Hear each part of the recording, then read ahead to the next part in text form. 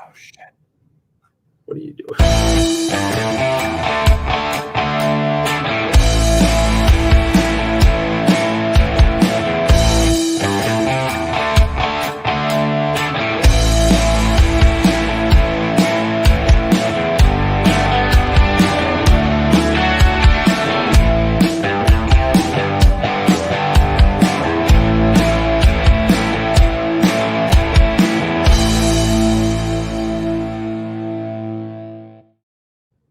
Welcome into the Fantasy Football Playmakers podcast. I am your host, Jeremy Popolars, who you can find on Twitter at PopesFFH, joined as always by Ryan Mackey, who you can find on Twitter at Mackey_FFB.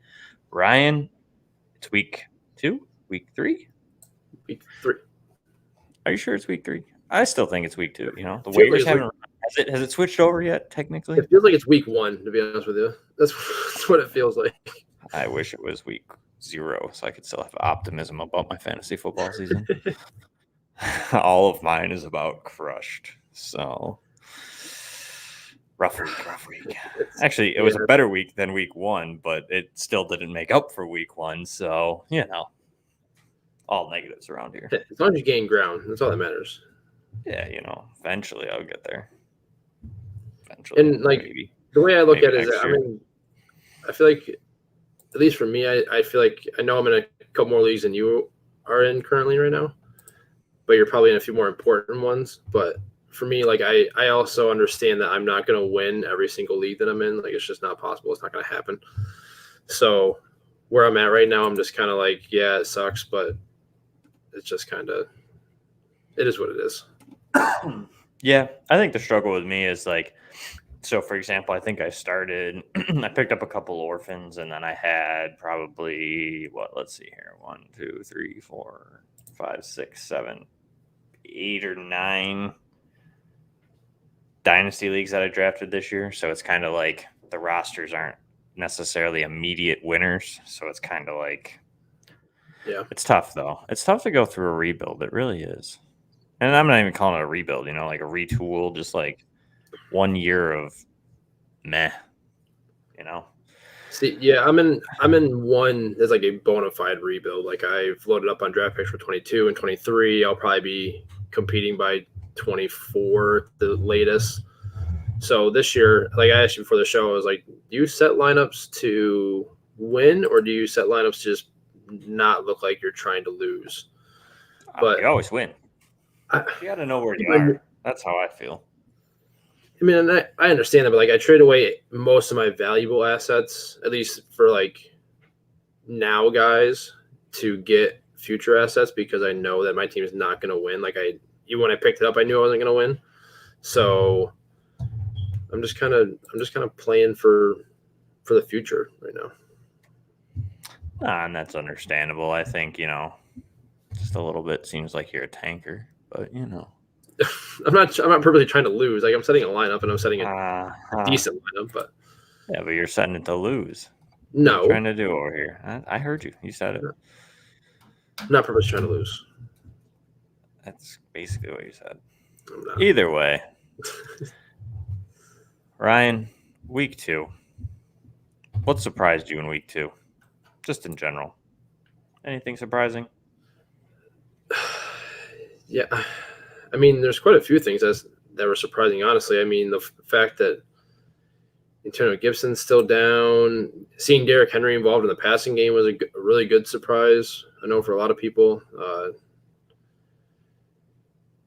I'm honestly surprised at how bad I am at running back starts so far this year. That's what I'm mainly surprised at, my own analysis and like how bad it's been when it comes to things that we think are going to be good, but they end up not being good. I mean, I was 0-4-1 in our weekly start sits for last week in terms of running back starts, and that just isn't going to cut it. It's not good. Yeah, I agree. I feel like running back's been a little tough this year. It seems like those top guys aren't necessarily having those top games early on this year. So it's just getting a little dicey. I mean, a lot of injuries kind of hurt. You're getting into like crowded backfields now, a lot of rotational stuff. kind of the way the NFL is going. So it makes it hard to be like, oh, who's the guy that's going to pop? You got very few workhorse type running backs anymore. You got CMC, Dalvin Cook. You could argue Alvin Kamara, Derrick Henry. And after that, I mean, there's not many. I don't think I'm missing anybody that I can think of off the top of my head that's like a workhorse. So I do have a quick question, kind of goes with the show. Why don't we take a look at this and see if we can help? 12-team, 2-quarterback, super flex, obviously. Is there a strategy for picking up players off a waiver wire? Our waiver wire is very thin, and I just want to make the most of any waiver claims. How do you feel, Ryan? Is there a strategy?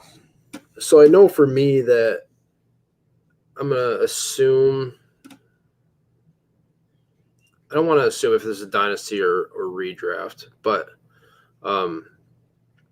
for me personally, like I'm in a couple 2 QB leagues that are exactly 12 teams, and I'm always just looking for guys that are starting to see more and more work. Like this is like those deeper leagues. I'm always looking at snap share percentages, looking at how guys are getting used from week to week. If this is redraft, I mean, guys like just like lower end guys that nobody's really thinking of, like Dimitri Felton from the Browns. I mean, like he could be flex viable play depending on where you're sitting at. And if Jarvis Landry just went on IR, so they used him quite a bit after he went down. I mean, just looking for any sort of value whatsoever. I mean, if your waiver wire is thin, you're probably just looking to see if there's any chance that somebody gets any playing time.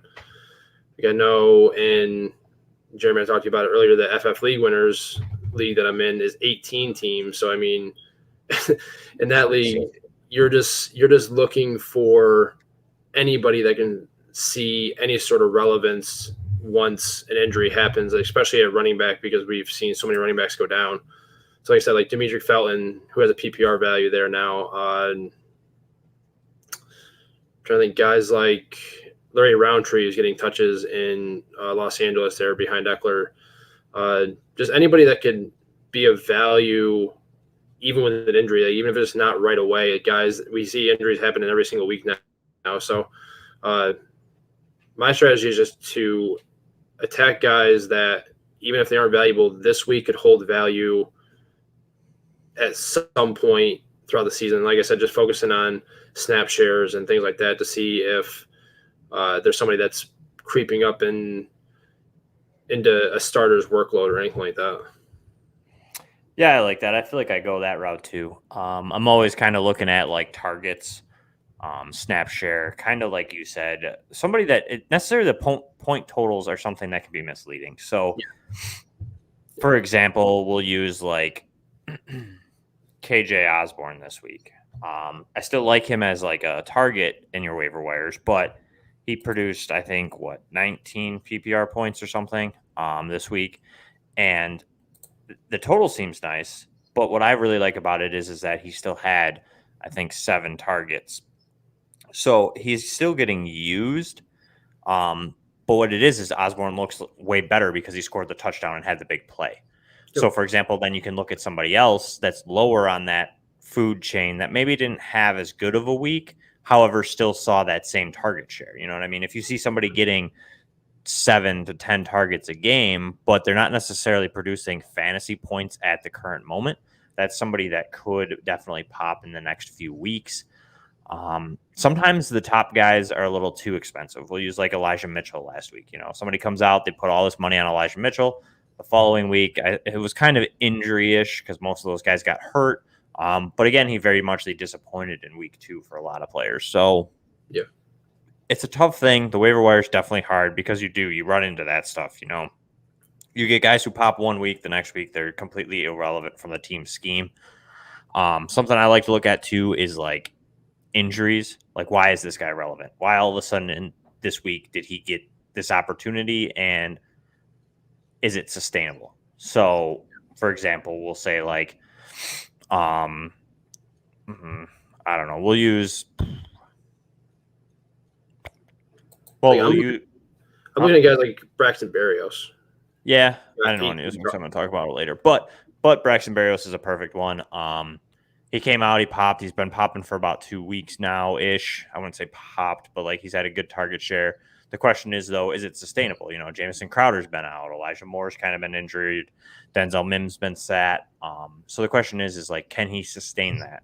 Yeah. So I'm not going to overpay for a guy like Braxton Berrios. I'll definitely probably put a waiver claim in, but I'm not going to go and blow like 20% of my fab. I'll probably look at, or even waivers. You know what I mean? If I have a high waiver percentage, like if I'm at top 5, I might skip Braxton Berrios this week. Just because it'll only increase my chances in the following weeks to get somebody that might become more viable. And again, just kind of see like who's on your waiver wire, you know, kind of look through it, scroll through it. If you like, obviously, you know, it's thin. If it's not like there's nobody else on there that you think could eventually be something, then dump it on whoever you want to add. So, or even a guy like Hunter Renfrow, who's seen, I think, 16 targets so far this year. A guy like him, he's probably widely available out there. Just guys that are consistently seen, or at least last 2 weeks have consistently seen targets, and you think that or touches in general that you think are going to continue to see that type of workload even throughout the year, even if it's not like the sexiest name in the world, like a guy like Hunter Renfrow, or I doubt James White's available out there, but he's another guy that probably should be rostered in all leagues, especially that deep. So, yeah, just guys like that, like you said, just guys that are consistently seeing that work, even if they're not like, oh, wow, they added him. That I can't believe he was out there. You know what I mean? Just guys that have sneaky value like that are not necessarily league winners, but guys that just consistently give you points if you're get hit with injuries or whatever the case may be. And you could argue they're league winners. I always like that term. I love how it gets thrown around, but I mean, a league winner could be a guy who gets you to the playoffs. It doesn't have to be performing in the playoffs. You know what I mean? Say your team's injury ridden right now. We'll say you got like Jerry Jeudy, for example. I had Tim Patrick.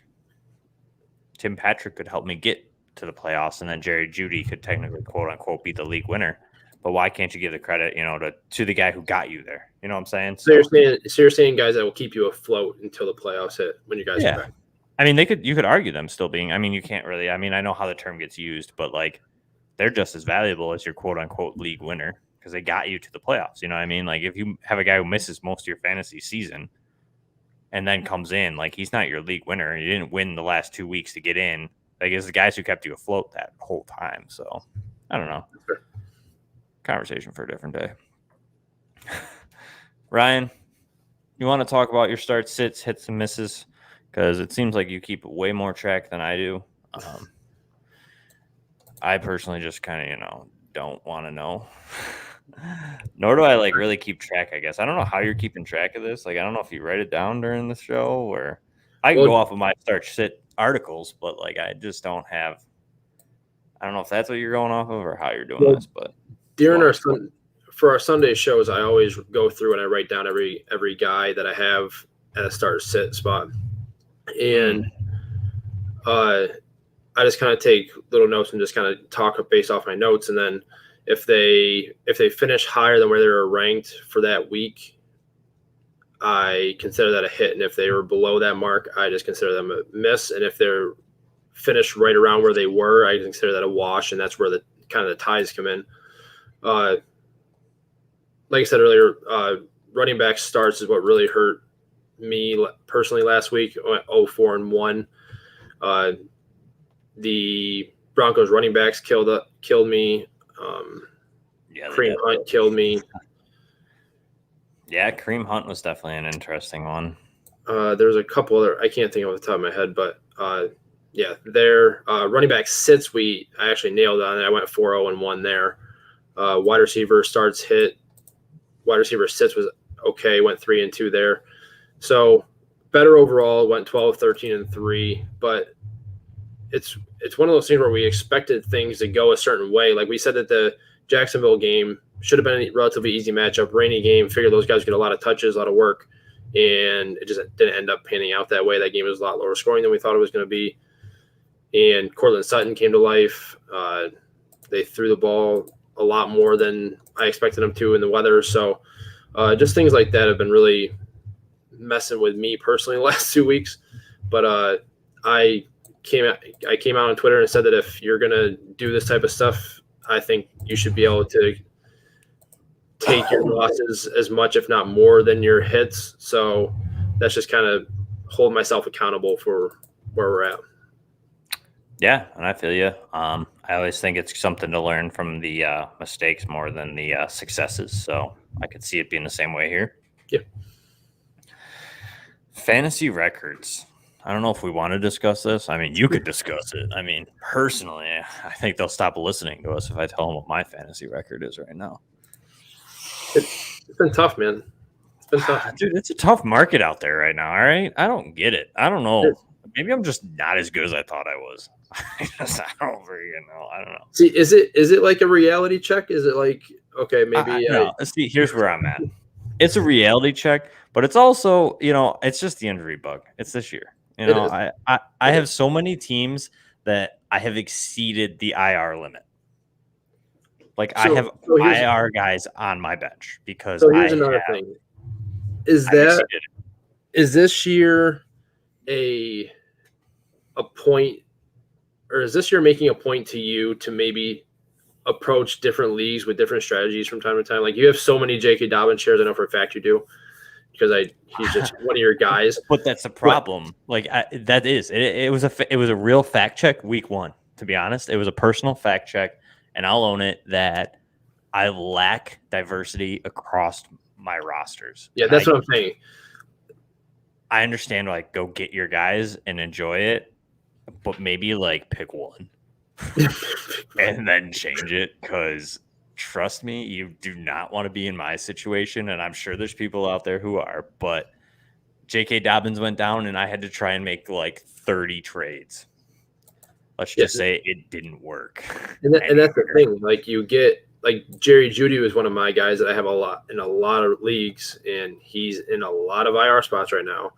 And I mean, it's not season ending like J.K. Dobbins is, but it's still hurting at the beginning of the year where you count on him to be your wide receiver 2 or wide receiver 3, and he's just not there. And it's not that it's not easy to replace wide receivers, because it kind of is a lot easier to replace wide receivers as opposed to running backs. But at the same time, like if you say you get those first 3 wide receivers and then you hammer other positions and don't really, and then you take guys like Elijah Moore late or guys like that where they're just not producing right away, like it puts a damper on your line. It puts a pretty big damper on your lineup to start the year.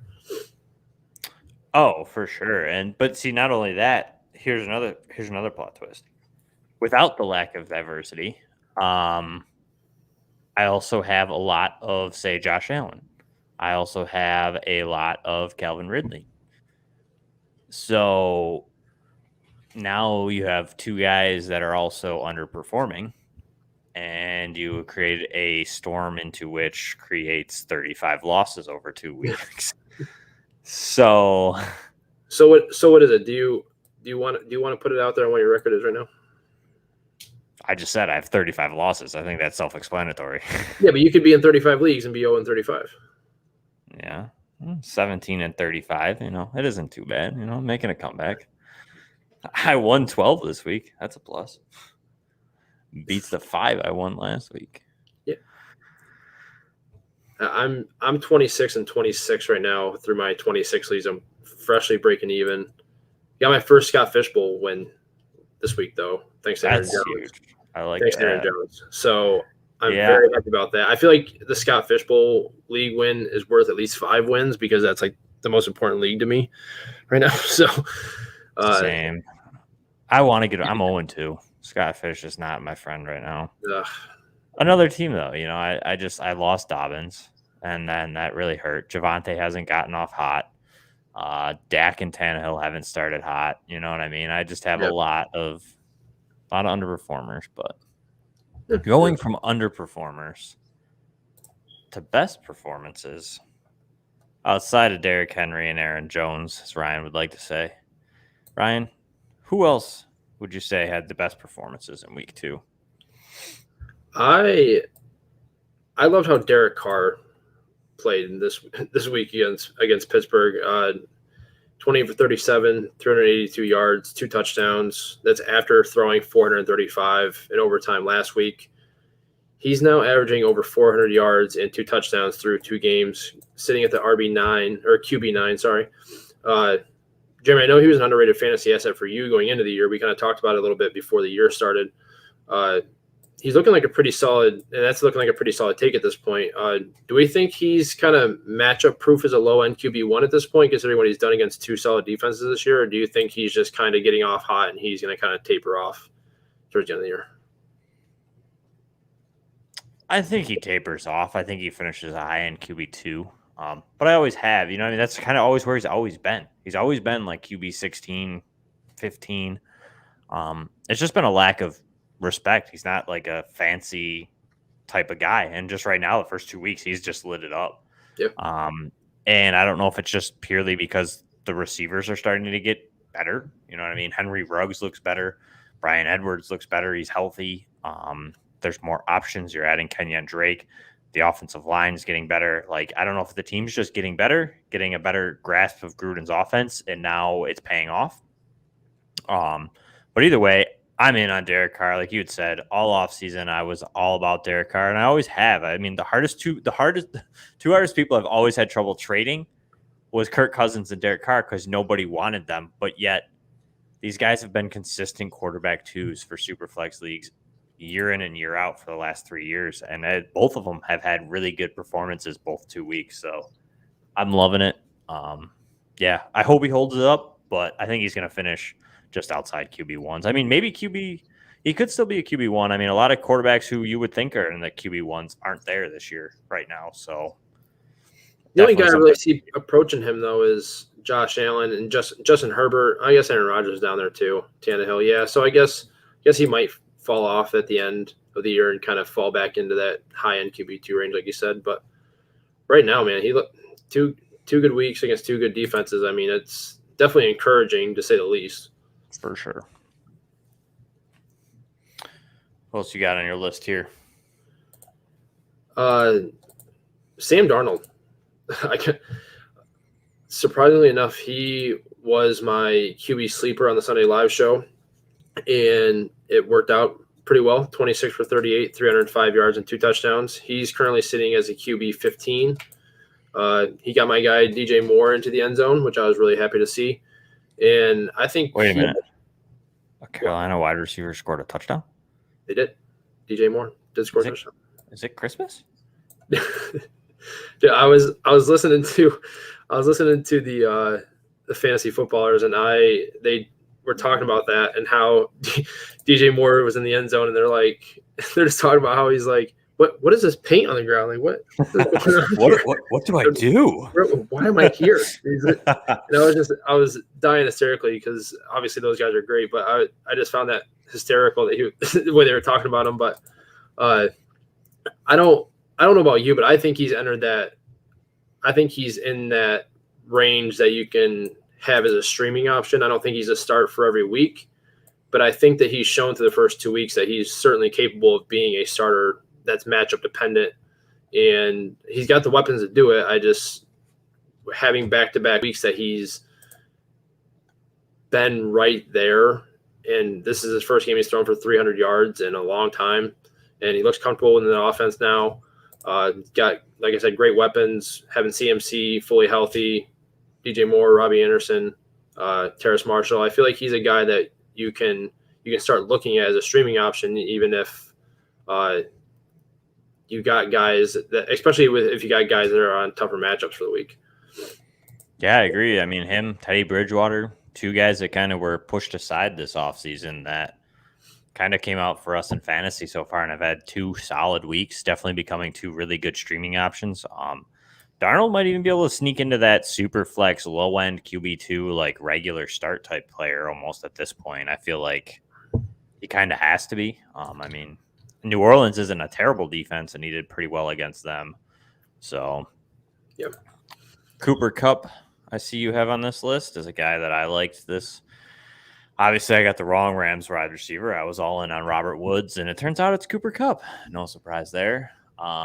Definitely could have been either one of them. Why are you all in on Cooper Kupp here? Well, I mean, how can you not be all in on him right at this point? I mean, he last week, 9 receptions, 163 yards, 2 touchdowns on 11 targets. And then week 1 took 10 targets for 7 receptions, 108 yards and a touchdown. Currently the wide receiver 2 in standard, the wide receiver 1 in PPR. Do you think he's a dark horse candidate to be the wide receiver 1 this year? No. You don't think so? I don't think it's – I mean, it could be sustainable, but, I don't see it. I think, again, some offenses have come off real slow so far to start. And I think some of these offenses start to ramp up a little bit more and kind of catch up to the Rams. It feels like the Rams are just at, midseason form early. So I think he falls off. I mean, I guess you could say he's a dark horse, yeah. But I think he's definitely wide receiver 1 this year. I don't think he finishes outside possibly even the top 10. As long as he stays healthy. So, well, I mean, just with the way Davante Adams has started off, Calvin Ridley started off. I know Calvin Ridley was a popular choice to be wide receiver 1 this year. I think he's going to be in a battle with DeAndre Hopkins and the way Tyler Lockett's playing. I mean, Tyler Lockett's been playing unreal. I don't think that's sustainable for him, but I think it takes time. I think Philadelphia's defense is a little better than people give it credit, and say Tampa is very good defense. I feel like the Falcons just have been kind of a mess. Yeah. So that's where Ridley's issue comes from. Davante Adams is Derek Carr. Wrong freaking thinking college here. Aaron Rodgers has been a little rusty. Diggs, the Bills have been rusty on offense. All these guys that didn't play in the preseason, these teams are a little rusty right now. I'm going to give it some time. I'm not ready to bona fide him locked in there, but I'm willing to lock him in as a top 10. I think he can get there. But top 5 is pretty steep. I think some of these guys start to catch up. Fair enough. I'll give you one of mine. I'm still in. I talked about him last week. Another big week, Mike Williams. All in on him. Another 91 yard, 7 reception, 10 targets, 1 touchdowns. Wow, that was terrible. But I think he's for real. He's currently wide receiver 5 in PPR. He's obviously getting used all over the field. He's no longer just a deep threat, and Justin Herbert is just unbelievable. So I'm in on Mike Williams. I think he's a dark horse to finish as a wide receiver 1. He might even finish ahead of Keenan Allen this year in PPR. It just seems like they're both getting equally peppered, and Mike Williams has the more big play type stuff to him. So right now he's ahead of Keenan Allen. So I think he might be able to hold it up if he stays healthy. Definitely a dark horse for a low-end wide receiver 1 this year. Yeah, that offensive line has definitely helped him probably the most out of anybody in that offense. I mean, he's with Herbert being able to actually have time to sit back and look for him and hold the ball for a little bit longer to let those big plays develop for Williams. I can definitely see him being a wide receiver 1 at the end of the year. All right, just to finish it off quick, Ryan also liked Cortland Sutton, Max Williams, which is interesting because I liked Max Williams too. Definitely a big performance, but I'm not ready to buy in there. I don't know if you really are, Ryan. No, I just feel like that was like a matchup perfection there. I don't know where all of a sudden you got 7 to 10 targets, but who knows? Yeah, they just don't target tight end enough. Right. I had Marquise Brown. Already is another wide receiver 8 in PPR right now. I have a question quick for you, Ryan, just real quick. You think Bateman takes over? Or you think this is Brown's wide receiver core now and Bateman's going to take the back seat when he comes back? With the way he's playing and the way he finished the year last year, I feel like it has to be him until we're proven otherwise, right? I agree. I think Marquise Brown, if he can stay healthy, is a guy that got overlooked again in the offseason and could be possibly arguably the league winner. You know what I mean? I don't know where his average ADP was coming into the season, but I definitely wasn't wide receiver 8. I can tell you that. Nope. All right, Ryan. Waiver wires here. Everybody's getting ready. They're putting them in. Who should we be targeting for week 3? The number one guy for me that I've put a waiver claim in for every league that he's available in right now is Rondell Moore. And I said last week that he should have been in your lineup, should have been starting. Obviously had a breakout game 11 catches for 182 yards and a touchdown on 13 targets so far this year. Offense is clearly explosive. He's only owned in 53% of sleeper redraft leagues and only 25% on ESPN leagues. I think he's a guy that you can, if he's available, I would go get him regardless of your league size, unless you're playing in like a six-team league or an 8-team league or something like that. You might not be able to snag him. But if you're playing in any sort of standard size league or larger, he's definitely a guy that I would be targeting. So I got a question for you. I got asked this 10-team league. The guy's bench was Hines, Ayuk, Corey Davis, Elijah Mitchell. Okay. His waiver wire, Marquise Brown, Marvin Jones, Rondell Moore, Sterling Shepard, Kristen Kirk, some other people. Cordell Patterson. Are you targeting Rondell Moore in that situation? 10-team redraft. Probably not in that situation because I feel like I would rather target Marquise Brown at this point. But I also don't know his roster and like what he'd be willing to drop in order to get one of those guys. Well, he was going between Nyheim Hines and Corey Davis. See, Corey Davis to me is just a volume monster play, and last week was just because he was playing. That's what I agree. So, I think that Corey Davis was hard to drop. That's what I told him. I'm like, if you're dropping anybody, it shouldn't really be Corey Davis because I feel like it was just a down week, and I still believe that he's going to have so much volume. And I said the same thing. I'm like, it's hard to pass up Marvin Jones and Marquise Brown for Rondell Moore on the basis that both these guys kind of have emerged as like the top option on their team, where Rondell Moore's still 2 to 3. So, just curious. In that situation, I would target the guy that is going to see the most targets throughout the year, and I think that's Marquise Brown. I don't think Rondell Moore sees more targets than Marquise Brown, barring injury. Mm-hmm. So that's where I would go. But I had trouble telling him who to drop. I just feel like there's too many that the bench is too good. Do you know what I'm saying? Like, I'm not ready to give up on Mitchell, and he probably gave up a decent amount or where he was in the waiver wire to get Elijah Mitchell. Personally, I would maybe give up on him just because, like, I feel like he's kind of injured now, and like, what's the situation going to be? But I'm not fully ready to give up on Elijah Mitchell yet. So it's like you can't really dump him. And is Ayuk ready to be given up on? You know what I mean? Like, even in redraft, like, he comes out. I mean, he could have what Debo's doing. So it's tough. It's a really tough spot for him to be in. So no, I'm not willing to give up on Ayuk just yet. So that's what I mean. It's just a tough situation. Yeah, it's a good waiver wire, but like your bench is so good. I've been in that situation too with a couple of people. You know what I mean? Like, I have a bench that's pretty decent, but it's like, or like I have a bench that has Wayne Gallman on it, and it's like, is he sitting because he doesn't know? Is it because he's just not good? Like, should I drop him? You know what I mean? But like, if I don't drop him, obviously they don't like Mike Davis enough. They're giving Cordell Patterson touches, so it's kind of like, you know. The way I go about that is, who is the least likely to be picked up again if I were to drop him? Yeah, so that's a good way to go. If it's in that situation, like Elijah Mitchell is going to be picked up because especially if he's healthy, he's going to be the starting running back for the 49ers. So he's going to be picked up. He's going to be on somebody else's roster. And even Nyheim Hines has a pretty high PPR floor just because of how many targets he gets. So I would hold there with that team, in my opinion. But then again, I don't know his roster. It's a lot easier to say, yeah, you can go ahead and drop Nyheim Hines if you have a handful of good running backs plus Elijah Mitchell in your starting lineup. You know what I mean? Yeah, no, I agree. And that's where it is. Like, I mean, I've talked to him before, so I don't fully remember what his roster is, but it's a pretty decent roster. So it's kind of like, that's what I said. I'm like, I'm not rushing out to add one of these guys. And I'm like, if I'm adding anybody, it's probably Brown or Moore. And then at that point, it's like, I don't know. I'm like, I personally wouldn't really make that move. I'm not looking to rush to it just because I think that the roster is pretty decent to begin with.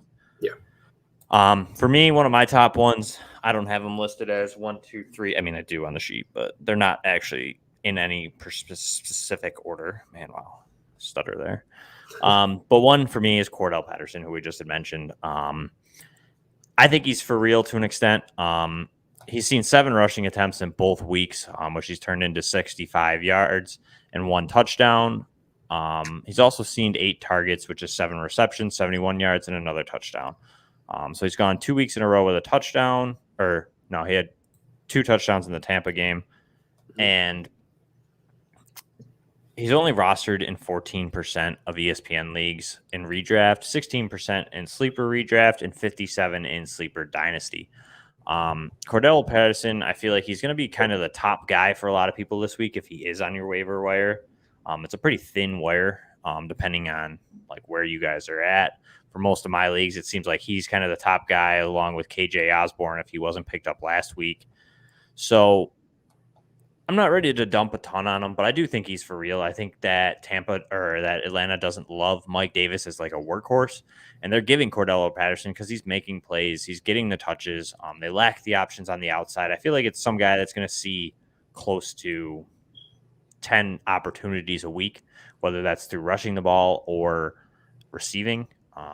And I think with all the injuries at running back, he's also listed as a running back wide receiver option in most formats. So that's a nice like ability to plug him in different spots. So for me, I'm definitely kind of in on Cordell Patterson. If not, it maybe gives you 2-3 weeks still of viability right now.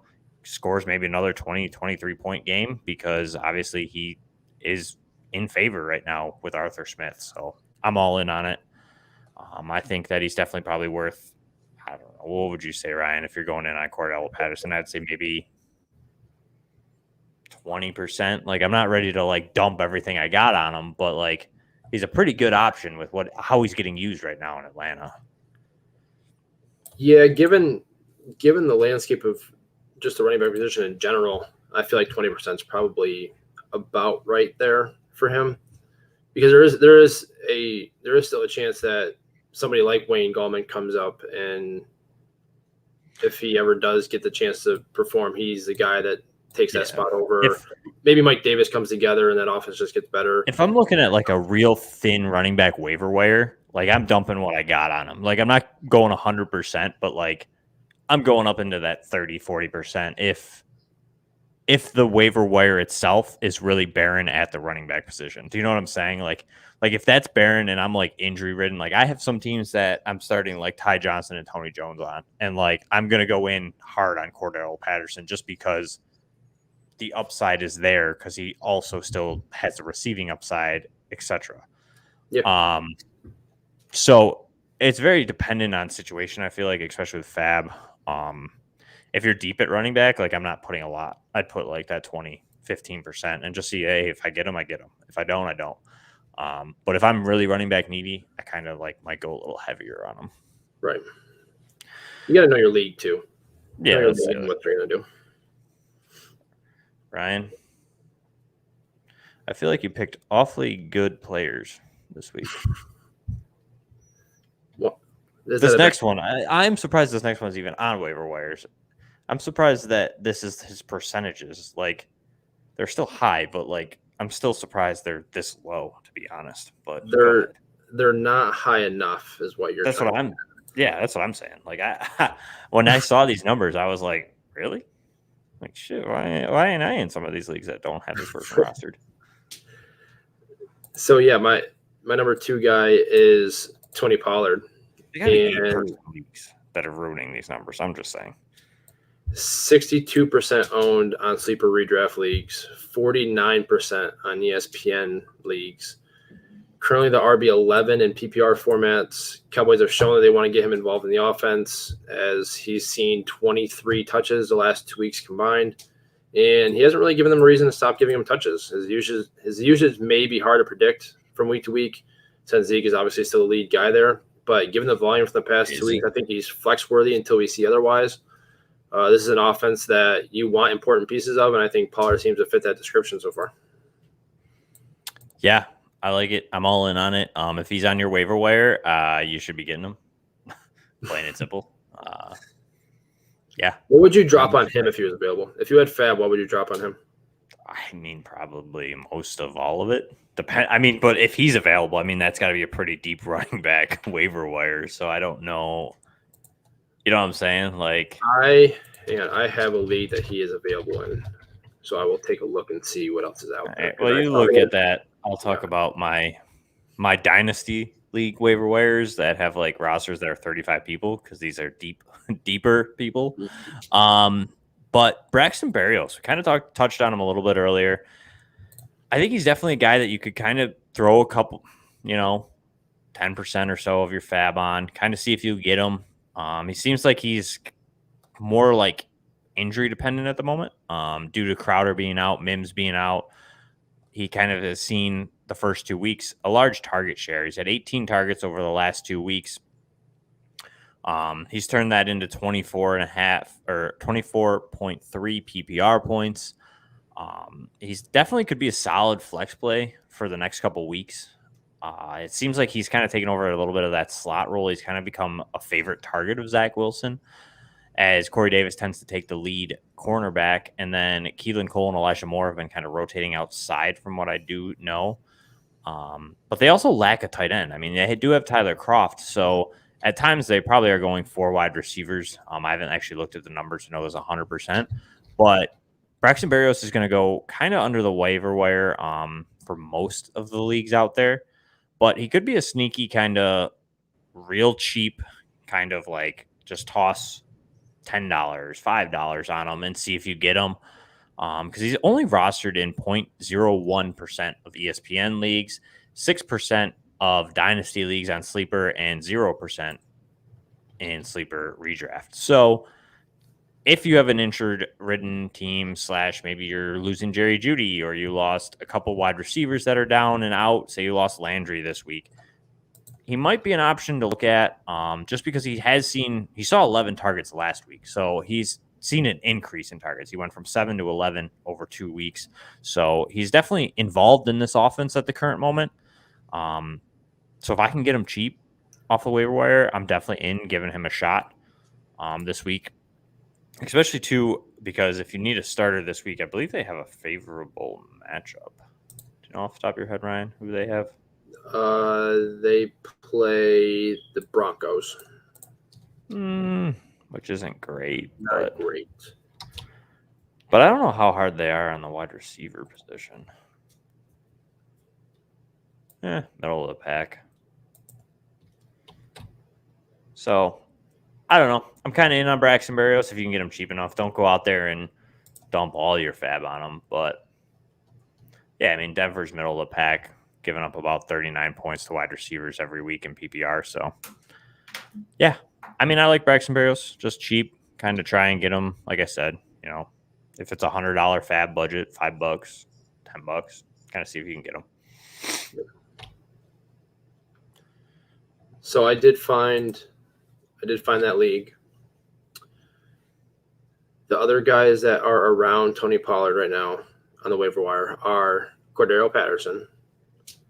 Then you got Mark Ingram, JaMychal Hasty, David Johnson, Philip Lindsay, Metric Felton, Jeremy McNichols, Damian Williams, Ty Johnson, Tony Jones. That's going based off of most points scored this season. Wow. I'm surprised. Like, Tony Pollard doesn't fit with any of them. Like, that's what I mean. Like, if that's your waiver wire, go get Tony Pollard. Yeah, I'd dump it all. I really would. I mean, maybe not all of it if you don't do 0 bids or free ads after the waiver run.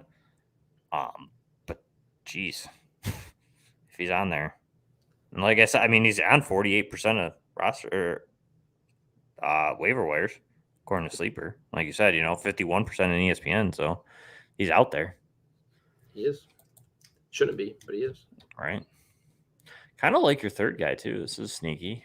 I'm assuming you're going more super flex with this one, but yeah, definitely super flex. Or if you're a guy or manager that needs to stream, I like Daniel Jones a lot. Only owned in 23% on Sleeper, 13% on ESPN. Not really surprising given his reputation, I guess. But currently the wide receiver or quarterback 5. He's keep himself afloat in fantasy with a solid rushing floor. He's got 122 yards and 2 touchdowns so far, despite playing a couple of strong defenses. He's got the weapons. He's avoided the turnovers really well for the most part this year. I know he's got that 1 fumble, but it is what it is with that. That's just kind of who he is. I picked him up in a couple leagues. I need quarterback help, and like I said, if you need a streaming option or possibly a third quarterback, maybe you had your third quarterback was like Tyrod Taylor or something along those lines, maybe Taysom Hill, where you thought you were going to have him as your potential replacement quarterback at some point. I'd be willing to drop guys like that to pick up Daniel Jones, and I feel pretty comfortable starting him, matchup dependent, obviously, but. Yeah, and you're right. He's a great stream option this week playing Atlanta, who's given up the 3rd most points to fantasy quarterbacks at 29 points on average. So they faced a couple good ones in Jalen Hurts and Tom Brady, but still a favorable matchup. Should be a good game for Daniel Jones and Saquon Barkley to get right. So definitely looking forward to that this weekend. Hope so. My third one is, again, a little bit deeper, but this is a guy who actually is probably going to go way under your radar. So it's Chester Rogers. This week he did not do a ton. I think he only scored 4 fantasy points this week. However, he's had 11 targets over the last 2 games, and he has averaged over 12 yards per catch. So for me, he's the clear number 3 right now in this Tennessee offense who doesn't also have a tight end. So they need to go to that 3rd wide receiver versus their tight end position. So with this being said, yes, Tennessee's not looking great yet, but I do feel like they're going to right the ship. They do need to throw the ball a lot more based on the fact that their defense hasn't gotten much better year over year. So I just feel like another guy that you could probably toss $5 on, $2 on your fantasy waiver wires and add him. I'm not adding him over if you have a shallow roster. I'm not adding him. But if you're playing in like a deeper dynasty league or even a deeper redraft league, that he's near the top of your waiver wire. If your waiver wire looks like Cordell Patterson, Braxton Berrios, KJ Osborne, guys like that are at the top of your waiver wire, Chester Rogers, I think, is a good target. You can go under the radar.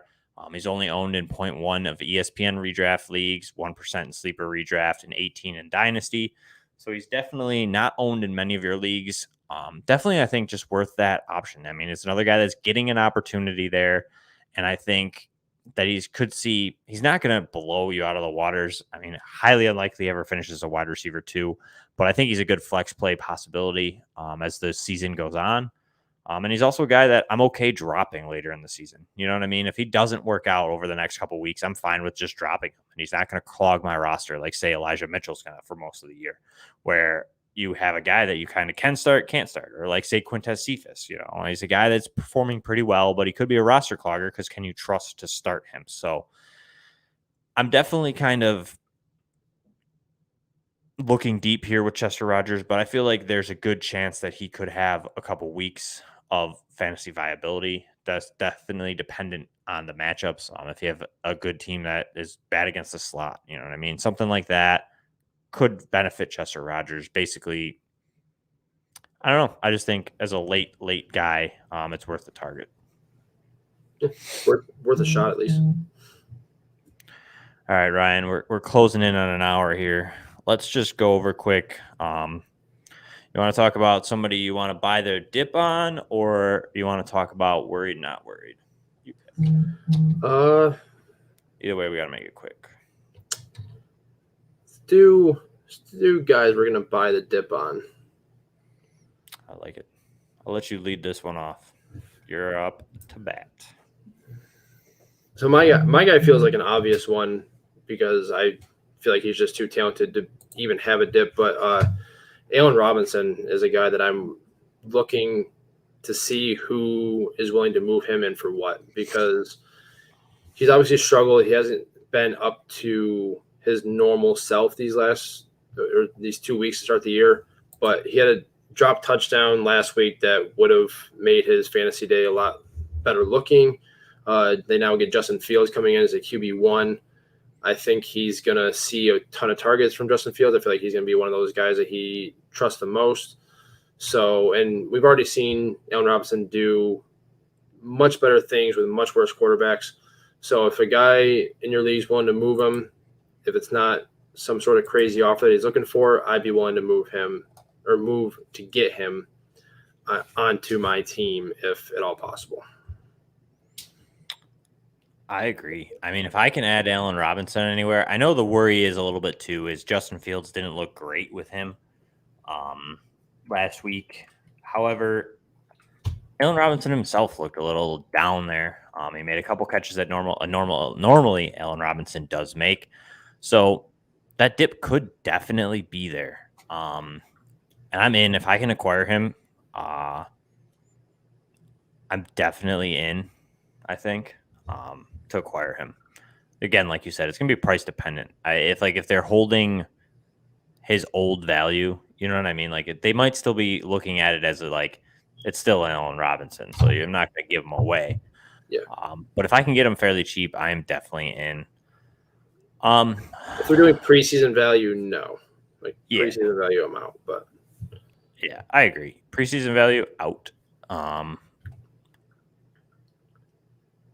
you though? Like, would you still buy him at his value? Or are you only buying him in a dip? You know what I'm saying? Like say you go to the Allen Robinson owner and he wants something that's worth a fair value for Allen Robinson, but you can pry him away from him. Would you still do it? Do you know what I'm saying? Like you're not overpaying. It's a fair value. Would you do it? Or are you only buying it if you can get him at a slight discount? I mean, with just the way that I am, I would like to just get him at a discount, knowing that he's capable of much, much more. But I mean, like, where do you draw the line at for trading him? Like, are you going to trade like D-Hop for him plus? Are you going to trade like if somebody said that they'd take Brandon Cooks for him right now, I would do that in a heartbeat. Brandon Cooks is wide receiver 11 in PPR right now. If they said I'll give you Allen Robinson for Brandon Cooks, I'm taking that. But like I said, it just depends on what exactly the cost is. Because I'm not doing. You can't sell me on wide receiver 1 value for him right this second without backing yourself into a corner on why you shouldn't be trading him in the first place. You know what I mean? Mm-hmm. So, like, if you're looking to move him and you're willing to move him, I feel like you already understand that there's a possibility that he's not a wide receiver 1 this year, but I just think that he is. So if you're looking to move him, that tells me that you already think that he's not a wide receiver 1, so you can't get wide receiver 1 value for him. Fair. I'm in on acquiring Javonte Williams. Yeah, just nod your head, Ryan. Yeah, you know it's the truth. You do know it is coming. It will. The splits are fairly even. This past weekend, Javonte had 64 yards. Melvin Gordon had 31 on pretty much 50-50 split. So, I mean, it's going to take some patience. Javonte Williams, I think, will pay off. I said the same about J.K. Dobbins last year when everybody was ready to not necessarily write off Mark Ingram yet. And I'm not writing off Melvin Gordon. Melvin Gordon's definitely in a better position than Mark Ingram was last year as far as talent goes. But it takes time sometimes in these situations. But Javonte Williams is in a much better situation than, say, Najee Harris is at the moment. Najee Harris, yes, has a great workload. However, the offense in Pittsburgh is a little dicey currently for some odd reason, maybe because their offensive line is bad. But either way, I'm into buying Javonte Williams right now. People are panicking. They're panic selling to an extent, especially in redraft. I'll definitely buy Javonte Williams. If you can try and work a package deal, one that I had just this weekend, Tequila Operator, he's a good guy, great guy on Twitter, someone that I've gotten to know through Smash Accept and some other stuff. I think it was a pretty fair deal. I was all in on it. He moved Javonte Williams and Darnell Mooney, and I gave up Brandon Ayuk and Kenny Gainwell. Ayuk, I'm a little worried on. I'm a little higher on Darnell Mooney the rest of the season, and I'm definitely higher on Javonte Williams than Kenny Gainwell for the season. But I could see where that pans out completely different. Gainwell could have a good opportunity, so I feel like it was a fair deal both sides. but I'm in on that. You know what I mean? Something like that. I'm flipping a little bit better of a wide receiver for a lesser wide receiver and a better wide running back for a lesser running back for a better running back. But I'm in on it. I think it's a matter of time before Javonte somewhatly takes over this. He's not going to have 100% snap share, but I think he could get up into that 3/4 of the share, and that'll be plenty, I think, to make him fantasy relevant, at least as an RB2 on the back half of the season this year. Yeah, and he was much more efficient last week than he was in week 1, so I feel like he might even start to see that snap share increase even after last week. Yeah, that's what I mean. They had an even split, and I mean, he doubled up on Melvin Gordon. So I think it's a matter of time. I know Gordon struggled last year with the Phillip Lindsay and the split carries and stuff like that. There was talk out of Denver that he just didn't enjoy that. He kind of is like a guy who wants the lead, which is weird to hear that conversation from some of those beat guys up there, mainly because most of his career he split with Austin Eckler, or at least for a couple seasons in LA. So definitely interesting to see and something that I'm monitoring, but I think right now some people are panicking, so I'm in on trying to get Javonte Williams off of those guys. In Dynasty, I highly doubt you're getting them off it, but if in redraft, I think you could kind of buy that dip. Yeah, I mean, I don't think people learn from JT from last year. I really don't. So there's definitely people out there that want to move off of him already, even though it's only week 2 and he's already showing. I think the beat writers helped me acquire Javonte Williams in some places because they just hyped it up too much. You know what I mean? There was the talks that he was going to be the RB1 coming into the season, and his ADP drove up into the 5th, 6th rounds of these startup drafts. And now you're not getting that return right away. And sometimes in fantasy, it's all about patience. So if you do own Javonte Williams and you're happening to listen, patience is a virtue. Trust me. I would agree. I said the same thing, like I said earlier. I said the same thing about J.K. Dobbins, and not that J.K. Dobbins was like, whoa, at the end of the year, but he definitely helped some people get through the fantasy playoffs as a solid RB2 option through those last couple of weeks of the season. So I am in on holding on to Javonte Williams for now in any format. All right, Ryan, before we sign off, why don't you let everybody know where they can find you and if you got anything coming up. Yeah, find me on Twitter at Mackey_FFB. Just released a 2-part article on the rookie landscape from the 2020 rookie running backs over at the FF League winners. Strongly encourage you to go check that out. I think it was a good piece. I thought it was pretty informative. So you want to go check that out. Really appreciate it. Have another sleeper blurb coming out for yards per on Friday. I believe Alex said it was going to be dropping. And then, of course, check out the live show on Sunday. Come on, and you can hop on with us, talk about your lineup face-to-face, basically. Help you see what the lineup's actually going to look like. Maybe get a little bit more in depth with how you're feeling about your team, and give a little feedback on what we say as opposed to just talking through the chat. I really liked that interaction. I liked having people come on and talk about it. So I encourage people to do that if it's something that they're looking to do. And yeah, thanks Jeremy for another great show. Thank you. You're the star. I just turn the mic on and I just hit the record button. That's it. And then I just show up. See, without you, we wouldn't be able to do that. We would just be sitting here talking. Yeah, I'm sure you figured it out. Either way, you can find my writing over at the Sports Gambling Podcast Network as well as Yards Per. Weekly, I have a Yards Per article, a Start Sit article that comes out on Thursdays. I'll probably also contribute to that Sleeper Start and Sleepers article on Friday, like Ryan had alluded to. And as well, like Ryan had alluded to, I will be here on Sunday morning. So if you don't have anything else better to do than stare at my lovely face, you can come and join us. You talk about starting your lineups, like Ryan had said. If you want, you can reach out to the podcast's Twitter, which is at FF Playmakers. You can send a DM, send a screenshot of your roster.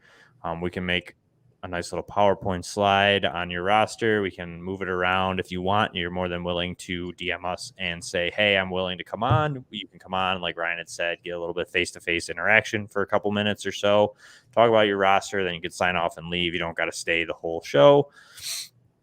So let us know. If not, you can just join, put your questions in the comments. We'll be willing to answer it, go through it. Till then, hopefully you get a couple of your waiver wire targets. And if not, then we'll see you guys Sunday.